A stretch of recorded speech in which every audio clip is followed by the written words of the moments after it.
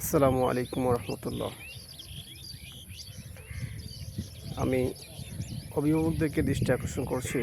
আমাদের অনেক অভিভাবক রয়েছেন যারা আসলে মনে করেন যে আমার সন্তান ক্লাসে ফার্স্ট হতে হবে, আমার সন্তান প্রত্যেক জায়গায় ফার্স্ট হতে হবে। শুধুমাত্র তারা এই প্রথম এবং ফার্স্ট নিয়েই পড়ে আছেন।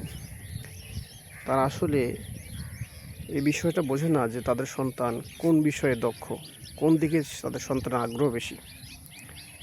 ছোট্ট একটা গল্প বলি, সেটা হচ্ছে একসময় একটা বনের যতগুলো পশু ছিল সবগুলো পশু একটা সিদ্ধান্ত নিল যে একটা প্রতিযোগিতা করবে।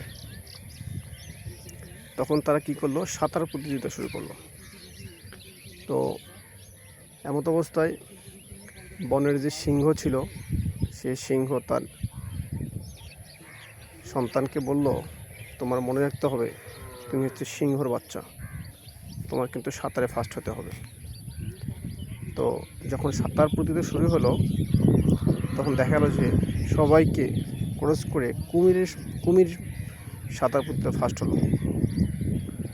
তখন সিংহ তো বিশাল রেগে গেল, তার সন্তানকে বলল যে এবার তোমার জন্য লাস্ট ওয়ার্নিং, হ্যাঁ এবার তোমাকে ফার্স্ট হতেই হবে। তো সেবার যথারীতি নিয়ম অনুযায়ী উড়াল প্রতিযোগিতা হলো। তো সে উড়াল প্রতিযোগিতায় এবার বানর সবাইকে টপকে বানর ফার্স্ট হলো।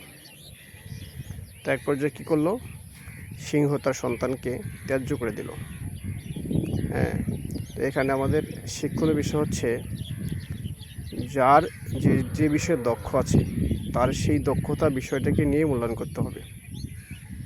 এখানে সিংহ কিন্তু বড় রাজা হতে পারে, কিন্তু সে সাঁতারে যে ফার্স্ট হবে এমনটা না, সে উড়ালে যে ফার্স্ট হবে এমনটা না।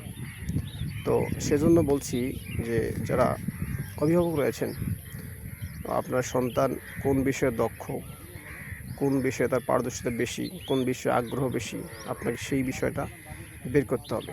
এটা বের করার দায়িত্ব আপনার। সেই বিষয়টা বের করে আপনার সেই বিষয়ের প্রতি মনোযোগ দিতে হবে, সেই বিষয়ের প্রতি আপনার সন্তানকে বেশি ফোকাস দিতে হবে। তাহলেই একমাত্র আপনার সন্তান ভালো কিছু করতে পারবে।